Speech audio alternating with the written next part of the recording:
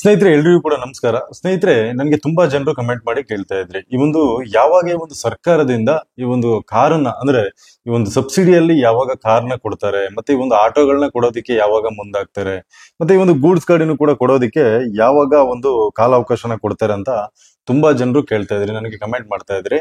ಅದೇ ರೀತಿಯಾಗಿ ಸ್ನೇಹಿತರೆ, ಇವಾಗ ಈ ಒಂದು ಆಟೋ ರಿಕ್ಷಾ, ಸರಕು ಸಾಗಾಣಿಕೆ ವಾಹನ ಅಂದ್ರೆ ಒಂದು ಗೂಡ್ಸ್ ವೆಹಿಕಲ್ ಮತ್ತೆ ಒಂದು ಟ್ಯಾಕ್ಸಿ ಖರೀದಿಗೆ 3 ಲಕ್ಷದವರೆಗೆ ಈ ಒಂದು ಸಹಾಯಧನನ ಕೊಡ್ತಾ ಇದ್ದಾರೆ ಸರ್ಕಾರದಿಂದ. ಅದೇ ರೀತಿಯಾಗಿ ಸ್ನೇಹಿತರೆ, ನಿಮ್ಗೆ 3 ಲಕ್ಷ ಸಬ್ಸಿಡಿನ ಕೊಡ್ತಾರೆ, ಅಥವಾ ಈ ಒಂದು 75% ವರ್ಗುನು ಕೂಡ ಈ ಒಂದು ಸಬ್ಸಿಡಿನೂ ಕೂಡ ಕೊಡಬಹುದು. 3 ಲಕ್ಷ ಕೊಡ್ತಾರೆ, ಅಥವಾ 75% ಅಂದ್ರೆ ನೀವು ಯಾವ ಒಂದು ಕಾರಣ ತಗೊಳ್ತೀರಾ ಅದರಲ್ಲಿ 75% ವರ್ಗುನು ಕೂಡ ಸಬ್ಸಿಡಿನ ಕೊಡಬಹುದು, ಅಥವಾ ಹೆಚ್ಚಿಗೆ ಅಂದ್ರೆ 3 ಲಕ್ಷದವರೆಗೆ ನಿಮ್ಗೆ ಸಬ್ಸಿಡಿನ ಕೊಡಬಹುದು.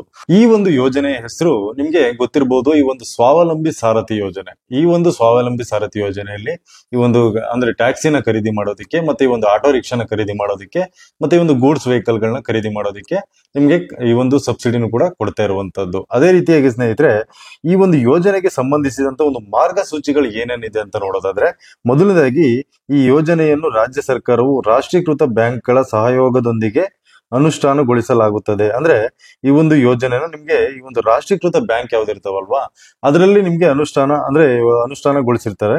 ಅಲ್ಲಿ ನೀವು ಈ ಒಂದು ಏನು ಲೋನ್ಗಳನ್ನ ಮಾಡಿಸಿ, ಅಂದ್ರೆ ಅವರು ಸಬ್ಸಿಡಿನ ಕೊಡ್ತಾರೆ, ಇನ್ನು ಉಳಿದಂತ ಹಣಕ್ಕೆ ನೀವು ಲೋನ್ಗಳನ್ನ ಮಾಡಿಸಿ ಅದಾದ ನಂತರದಲ್ಲಿ ನೀವು ಇದನ್ನ ಖರೀದಿನ ಮಾಡಬಹುದು. ಅದೇ ರೀತಿಯಾಗಿ ಮಹಿಳೆಯರಿಗೆ ಆದ್ಯತೆಯನ್ನು ನೀಡಲಾಗುವುದು. ಅಂದ್ರೆ ಇಲ್ಲಿವರೆಗೂ ಕೂಡ ಈ ಒಂದು ಪುರುಷರಿಗೆ, ನಿರುದ್ಯೋಗಿಗಳಿಗೆ ಈ ಒಂದು ಯೋಜನೆನ ಕೊಡ್ತಾ ಇದ್ರು.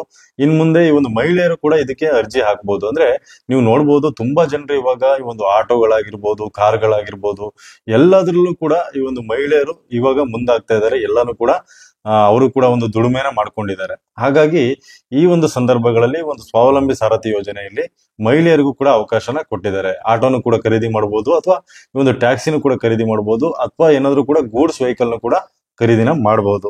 ಅದೇ ರೀತಿಯಾಗಿ ಈ ಒಂದು ಯೋಜನೆ ಅಡಿಯಲ್ಲಿ ಖರೀದಿಸಿದ ವಾಹನವನ್ನು ಸಾಲದ ಅವಧಿ ಮುಗಿಯುವವರೆಗೂ ಇತರರಿಗೆ ಮಾರಾಟ ಮಾಡುವಂತಿಲ್ಲ. ಅಂದ್ರೆ ಈ ಒಂದು ಸ್ವಾವಲಂಬಿ ಸಾರಥಿ ಯೋಜನೆಯಲ್ಲಿ ನೀವು ಏನು ಈ ಒಂದು ಟ್ಯಾಕ್ಸಿ ತಗೊಂಡಿರ್ತೀರಾ, ಆಟೋ ತಗೊಂಡಿರ್ತೀರಾ, ಅಥವಾ ಈ ಒಂದು ಗೂಡ್ಸ್ ವೆಹಿಕಲ್ ಗಳನ್ನ ಏನ್ ತಗೊಂಡಿರ್ತೀರಾ, ಇದನ್ನ ಮತ್ತೆ ನೀವು ಈ ಒಂದು ಸಾಲ ಕಂಪ್ಲೀಟ್ ಆಗಿ ತೀರೋವರೆಗೂ ಕೂಡ, ಕಂಪ್ಲೀಟ್ ಆಗಿ ಈ ಒಂದು ಮುಗಿಯೋವರೆಗೂ ಕೂಡ ಆ ಒಂದು EMI ಗಳು ಏನಿರುತ್ತೆ ಅದನ್ನ ಕಟ್ಟಿ ಮರುಪಾವತಿ ಮಾಡಿದ ನಂತರದಲ್ಲಿ ನೀವು ಮಾರಾಟ ಮಾಡಬಹುದು. ಆದ್ರೆ ಅದಕ್ಕೂ ಫಸ್ಟ್ನೆ ಆ ಒಂದು ಸಾಲ ಕಂಪ್ಲೀಟ್ ಆಗಿ ಮುಗಿಯೋ ಒಳಗಡೆನೆ ನೀವು ಮಾರಾಟ ಮಾಡೋದಕ್ಕೆ ಸಾಧ್ಯ ಆಗೋದಿಲ್ಲ. ಅದೇ ರೀತಿಯಾಗಿ ವಾಹನದ ಮೇಲೆ KMDC ಸಹಾಯಧನ ಪಡೆದಿದೆ ಎಂದು ನಮೂದಿಸುವುದು ಕಡ್ಡಾಯ. ಸ್ನೇಹಿತರೆ, ಈ ಒಂದು ನೀವು ವಾಹನ ಏನ್ ತಗೊಳ್ತೀರಾ ಅದರಲ್ಲಿ ಈ ಒಂದು KMDC ಸಹಾಯಧನ ಪಡೆದಿದೆ ಅಂತ ಬರೆಸ್ಬೇಕಂತೆ. ಅದು ಏನಕ್ಕಂತ ಗೊತ್ತಿಲ್ಲ, ಏನು ಸರ್ಕಾರದಿಂದ ಅಷ್ಟು ಸಬ್ಸಿಡಿ ಕೊಡ್ತಾರೆ, ಆದ್ರೆ ಅದಕ್ಕೂ ಕೂಡ ಇದನ್ನ ಬರೆಯೋದಕ್ಕೆ ಹೇಳಿದ್ದಾರೆ. ನಿಮ್ಮಿಷ್ಟ, ನೀವು ಬರ್ಸ್ಕೊಳ್ಳೋದಾದ್ರೆ ಬರ್ಸ್ಕೋಬಹುದು. ಇದನ್ನ ಬರ್ಸ್ಕೋಬೇಕಂತೆ ನಿಮ್ಮ ಒಂದು ವಾಹನದಲ್ಲಿ, ಇದನ್ನ ಬರ್ಸ್ಕೊಂಡು ಇರಬೇಕಾಗುತ್ತೆ. ಇದರಿಂದ ಯಾರೆಲ್ಲ ಸಹಾಯಧನ ತಗೊಳ್ತಾ ಇದಾರೆ ಈ ಒಂದು ಸ್ವಾವಲಂಬಿ ಸಾರಥಿ ಯೋಜನೆಯಲ್ಲಿ, ಅಂತವ್ರು ಬರ್ಸ್ಕೊಳ್ಳೇಬೇಕಾಗುತ್ತೆ. ನಂತರ ಈ ಒಂದು ಪ್ಯಾಸೆಂಜರ್ ಆಟೋ ರಿಕ್ಷಾಗಳಿಗೆ ಪರ್ಮಿಟ್ ಕಡ್ಡಾಯ. ಈ ಒಂದು ಪ್ಯಾಸೆಂಜರ್ ಆಟೋಗಳು ಏನ್ ತಗೊಳ್ತಾ ಇದ್ದೀರಾ, ಈ ಒಂದು ಆಟೋ ರಿಕ್ಷಾಗಳು, ಅದಕ್ಕೆ ಈ ಒಂದು ಪರ್ಮಿಟ್ ಇರಲೇಬೇಕಾಗುತ್ತೆ. ಪರ್ಮಿಟ್ ಕಡ್ಡಾಯವಾಗಿ ನೀವು ಮಾಡಿಸ್ಲೇಬೇಕಾಗುತ್ತೆ. ಅದೇ ರೀತಿಯಾಗಿ ಸ್ನೇಹಿತರೆ, ಯಾರೆಲ್ಲ ಈ ಒಂದು ಯೋಜನೆಗೆ ಅರ್ಹರಂತ ನೋಡೋದಾದ್ರೆ, ಈ ಒಂದು ಯೋಜನೆಯಲ್ಲಿ ಸಾಲ ಸೌಲಭ್ಯ ಪಡೆಯುವವರು ಮತೀಯ ಅಲ್ಪಸಂಖ್ಯಾತ ವರ್ಗಕ್ಕೆ ಸೇರಿರಬೇಕು. ಈ ಒಂದು ಯೋಜನೆನ ಪಡೆಯೋದಿಕ್ಕೆ ನೀವು ಮತೀಯ ಅಲ್ಪಸಂಖ್ಯಾತ ವರ್ಗಕ್ಕೆ ಸೇರಿರ್ಬೇಕಾಗುತ್ತೆ. ನಂತರ ಅರ್ಜಿದಾರರು ಲಘು ವಾಹನ ಚಾಲನ ಪರವಾನಗಿಯನ್ನು ಹೊಂದಿರುವುದು ಕಡ್ಡಾಯ. ಈ ಒಂದು ಲಘು ವಾಹನ ಚಾಲನಾ ಪರವಾನಗಿ ಅಂದ್ರೆ ಈ ಒಂದು ಡ್ರೈವಿಂಗ್ ಲೈಸೆನ್ಸ್ ಏನಿರುತ್ತಲ್ವಾ, ನಿಮ್ಮೊಂದು 4 ವೀಲ್ ಡ್ರೈವಿಂಗ್ ಲೈಸೆನ್ಸ್ ಏನಿರುತ್ತೆ ಅದನ್ನ ಹೊಂದಿರಲೇಬೇಕಾಗುತ್ತೆ. ನಂತರ ಕುಟುಂಬದ ಆದಾಯ 6 ಲಕ್ಷ ಮೀರಿರಬಾರದು. ಅಂದ್ರೆ ನಿಮ್ಮೊಂದು ಕುಟುಂಬದ ವಾರ್ಷಿಕ ಆದಾಯ 6 ಲಕ್ಷ ಮೀರಿರಬಾರದು. ಅದೇ ರೀತಿಯಾಗಿ ಕರ್ನಾಟಕದ ನಿವಾಸಿ ಆಗಿರ್ಬೇಕಾಗುತ್ತೆ. ಕರ್ನಾಟಕದ ನಿವಾಸಿ ಎಲ್ಲರೂ ಕೂಡ ಆಗಿರ್ತಾರೆ. ಅದೇ ರೀತಿಯಾಗಿ ಅರ್ಜಿದಾರನ ವಯೋಮಿತಿ 18 ವರ್ಷದಿಂದ 55 ವರ್ಷದೊಳಗೆ ಇರಬೇಕಾಗುತ್ತೆ. ಅಂದ್ರೆ ಈ ಒಂದು ನೀವೇನಾದ್ರೂ ಅರ್ಜಿ ಹಾಕ್ತಿವಂದ್ರೆ ನಿಮ್ಗೆ ನಿಮ್ಮ ಒಂದು ವಯಸ್ಸು 18 ವರ್ಷದಿಂದ ಮೇಲ್ಪಟ್ಟು 55 ವರ್ಷದ ಒಳಗಡೆ ಇರಬೇಕಾಗುತ್ತೆ ನಿಮ್ಮ ಒಂದು ವಯಸ್ಸು. ಅದೇ ರೀತಿಯಾಗಿ ರಾಜ್ಯ ಸರ್ಕಾರದ ಯಾವುದೇ ಯೋಜನೆಯಡಿ ಸಾಲ ಸೌಲಭ್ಯ ಪಡೆದಿರಬಾರದು. ಅಂದ್ರೆ ಇಲ್ಲಿವರೆಗೂ ಕೂಡ ಈ ಒಂದು ರಾಜ್ಯ ಸರ್ಕಾರದ ಅಡಿಯಲ್ಲಿ ಯಾವುದೇ ಒಂದು ಯೋಜನೆಗಳನ್ನ ಪಡ್ಕೊಂಡಿರಬಾರದು, ಅಂತವ್ರು ಇದಕ್ಕೆ ಅರ್ಜಿನ ಹಾಕ್ಬಹುದು. ಅದೇ ರೀತಿಯಾಗಿ ತೃತೀಯ ಲಿಂಗ ಹಾಗೂ ಮಹಿಳೆಯರಿಗೆ ಮೊದಲ ಆದ್ಯತೆಯನ್ನು ನೀಡಲಾಗುವುದು. ಅಂದ್ರೆ ಮೊದಲ ಆದ್ಯತೆ ಬಂದ್ಬಿಟ್ಟು ಈ ಒಂದು ಟ್ರಾನ್ಸ್ಜೆಂಡರ್ ಏನಿದ್ದಾರೆ ಅವ್ರಿಗಾಗಿರ್ಬೋದು, ಮತ್ತೆ ಈ ಒಂದು ಮಹಿಳೆಯರಿಗಾಗಿರ್ಬೋದು ಮೊದಲ ಒಂದು ಆದ್ಯತೆನ ಕೊಡ್ತಾ ಇದ್ದಾರೆ.